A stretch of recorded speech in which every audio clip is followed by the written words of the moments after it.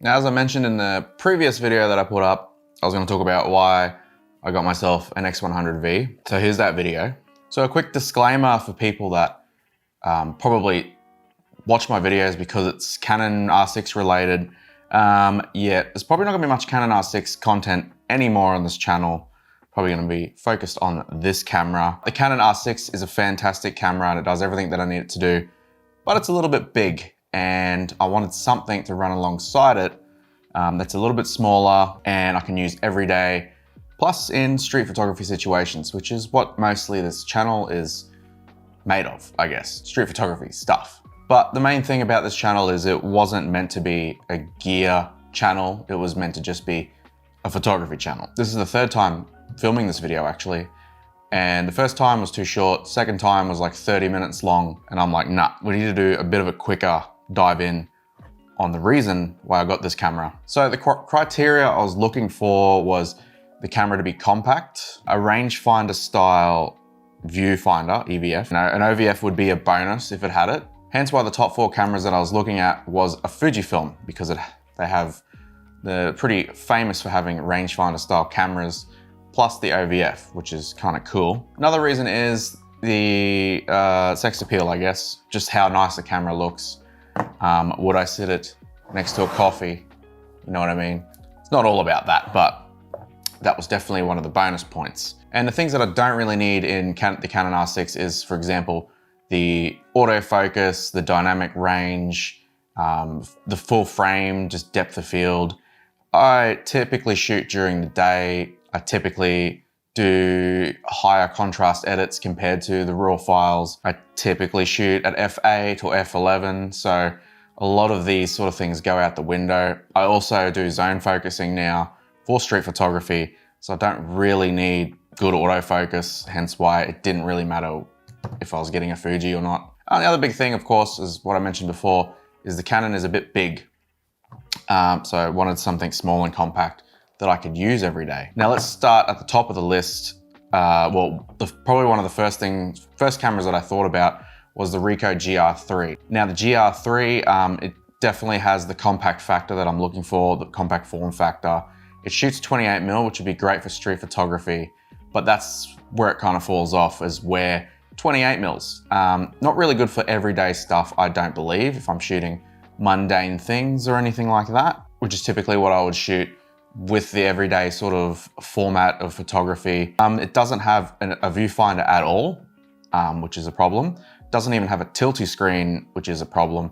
The one good thing about the Ricoh GR3 is it's very available, and even brand new, it's pretty cheap. It's pretty hard to pass up that idea of getting the Ricoh GR3, but I really wanted something that was a little bit nicer, a little bit better. The other thing I was looking for in these cameras was mechanical dials. Now, obviously, the Fuji X100V has the aperture ring here, a physical aperture ring, a physical shutter dial with all the shutter speeds on it, and also a physical ISO dial, so dedicated dials basically, and an exposure compensation dial, which is quite nice, which a lot of these things the Ricoh did not have. So my next one that I was looking at, now we're going to the Fuji realm, was the Fujifilm X-E4. Now the X-E4 had the rangefinder, had the tilty screen, had interchangeable lenses, which is a good and bad thing. I'll talk about that in a second. Has all the dials that I wanted, looked really nice. The minimalistic look of it kind of reminds me of the Leica Q2. It's like a baby Leica Q2. People are probably going to grill me in the comments for that, but that's immediately what I thought when I first seen the camera. It shoots video too, so the top 3 cameras shoot decent video. Not to say the Ricoh doesn't shoot good video. I do want to touch back on the Ricoh. It does, I know that there's adapter lenses for it to shoot, I can't remember if it's like 40mm or something like that. Don't see much rage about it. Don't see many people talking about it. However, the Ricoh in its smallest form is 28mm, which is the smallest form I would want to use when I'm doing everyday stuff. I forgot to clear that up. But yes, the X-E4 was a very high contender. Problem with the X-E4 is it doesn't have the optical viewfinder that I was looking for. I couldn't find it at decent prices too, and I couldn't find many of them. This video probably aged poorly because the X-E5's probably come out as you've watched it, so it's probably a lot more available and a lot more cheaper. but it is Fuji, so it's probably not gonna be cheaper.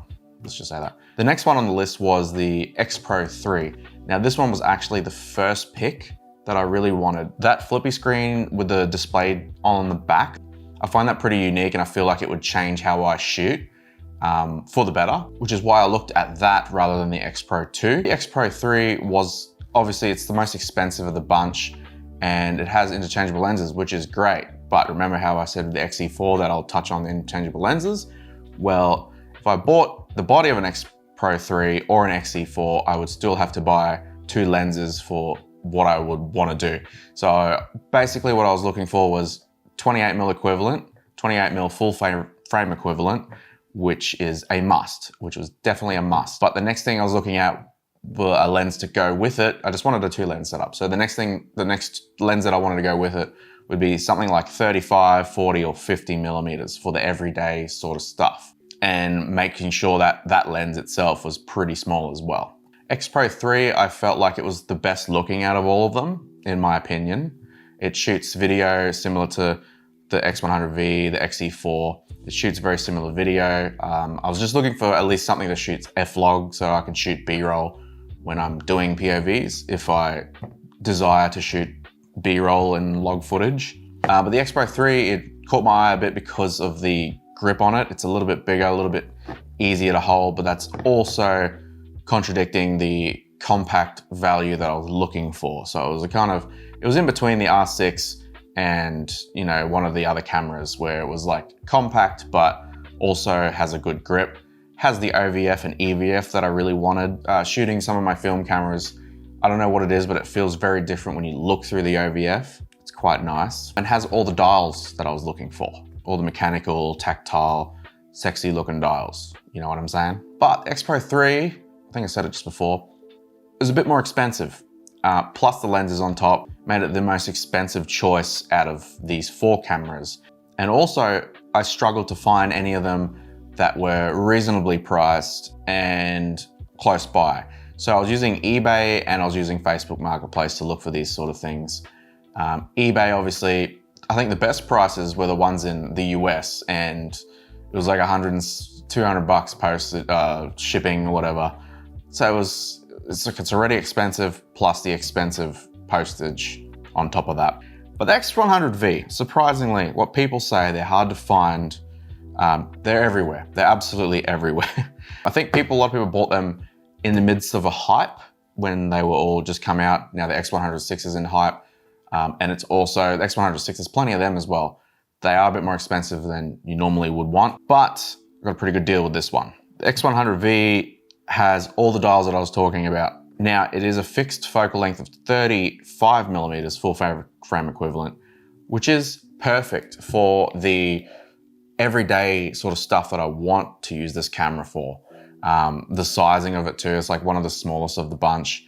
It's kind of meeting that threshold where I was like, I really want it compact, but I want it good to hold, which is why I settled on this camera, one of the reasons. And in its smallest form, it's the perfect for everyday. So 35mm, in my opinion, is great for everyday use. And to have it that small, fits in the bag pretty easily. It's not heavy, so it pretty much ticked that box. All the mechanical dials, as I mentioned, it's got all of that. OVF, EVF, tilty screen, shoots the video that I want to. Built-in ND filter, which is a bonus. Don't have to carry around filters anymore. And you're probably thinking, well, okay, it's covered the everyday side, but you like to shoot 28mm. Well, the cherry on top, the biggest reason why I really wanted to get this was after seeing that you could get a wide conversion lens, which makes it 28mm, I realized that this is definitely the #1 choice for me. Now, I have seen conversion lenses before, but I thought it was only the 50mm equivalent conversion lens, hence why this wasn't at top of the list in the first place. Then I found, I think it was on Gumtree, I seen one with a 28mm conversion lens. I'm like, hang on a second, I didn't even know about this. Seeing that and how cheap they are was quite nice. Now, if you use Fuji and you've never heard of these conversion lenses, they're pretty straightforward. You just pop it on like so. There we go. And it still looks good too. It still has that Fuji look, which is perfect. So that was the list of cameras that I was actually looking at. quite a few little options there. And this is the camera that I ended up on, and I'm really happy with it. I've shot a little bit in the last couple of weeks with it. Do want to talk about a couple things that I like. The Fuji files are fantastic to use. I didn't expect them to be so flexible. The colors are really nice. The colors are really nice. The way the shadows fall off into the highlights are really nice. Film simulations, I tried that for the first time yesterday, or not yesterday, day before, and just like shooting family stuff. I found a couple of recipes that I liked, like Kodak Color Plus 200, Kodak Portra 400, Kodachrome, oh no, not Kodachrome, Kodak Gold, Kodak Ultramax, just like the basic sort of film sort of things that you typically come across. I always liked how Portra looked. So I was shooting Portra yesterday, or day before yesterday, and was really happy with how they turned out. They turned out really nice. So pretty nice. If I don't want to edit, I can shoot that. But the other thing that I didn't mention, apart from the built-in ND filter, that the other cameras didn't have, is the built-in flash. Now, I don't use flash all that often, but if I am shooting family stuff, normally I don't want to bring too much stuff. So if I just bring this unit, I don't need to bring anything else. And I don't need to bring a flash or anything like that. This has a built-in flash, and it's surprisingly quite bright. I didn't think it would be that bright. So pretty happy with how the flash works, very easy to use. And yeah, it's got TTL mode obviously, so it exposes pretty damn well. So that's definitely another thing that I completely forgot about to mention that the other cameras didn't have, was the built-in ND filter and the built-in flash. Yep, anyway, catch you later, the next one. Oh, if you don't go out and take shit photos, you'll never take any good photos. Remember that, go out and shoot. See you again.